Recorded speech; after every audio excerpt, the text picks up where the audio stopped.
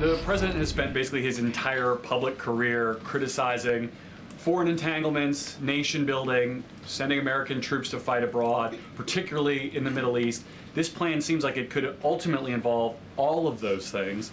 Can you explain this reversal and how building and owning Gaza squares with America First foreign policy? I would reject the premise of your question that this forces the United States to be entangled in conflicts abroad. Let me just take a step back here, because this is an out-of-the-box idea. That's who President Trump is. That's why the American people elected him. Indeed, the president's bombshell announcement yesterday seemed to catch Capitol Hill, along with foreign allies and foes, a little bit off guard. He said in that press conference, everybody I've spoken to loves the idea of the United States owning that piece of land. Well, here are some of the words from the leaders across the region this morning. Unequivocal rejection, illegal, racist, non-negotiable. This Ingram Angle segment covered several major topics, but the central theme was the Trump administration's outside-the-box approach to foreign policy, particularly regarding Gaza. Here's a breakdown on the key points like 1. Trump's proposal for U.S. involvement in Gaza. The idea that the U.S. could own Gaza is a radical departure from traditional American foreign policy, particularly for someone like Trump, who has historically criticized nation-building.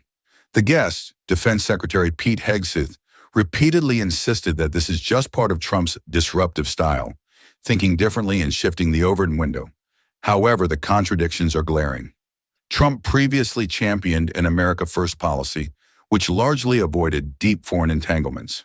Now his administration is floating the idea of the U.S. playing a direct role in Gaza's future. The international response, calling it illegal and absurd, signals that this plan, if serious, faces massive opposition from allies and adversaries alike. Hegseth dodges the question of whether Trump consulted allies like Jordan before making the announcement, which suggests this was more of an impulsive statement than a coordinated policy shift. 2. Potential for U.S. troops on the ground. When pressed on whether this could lead to U.S. troops in Gaza, Hegseth plays it safe, saying, "We are very far from that." This response is classic political maneuvering, keeping the option open while trying to avoid immediate backlash.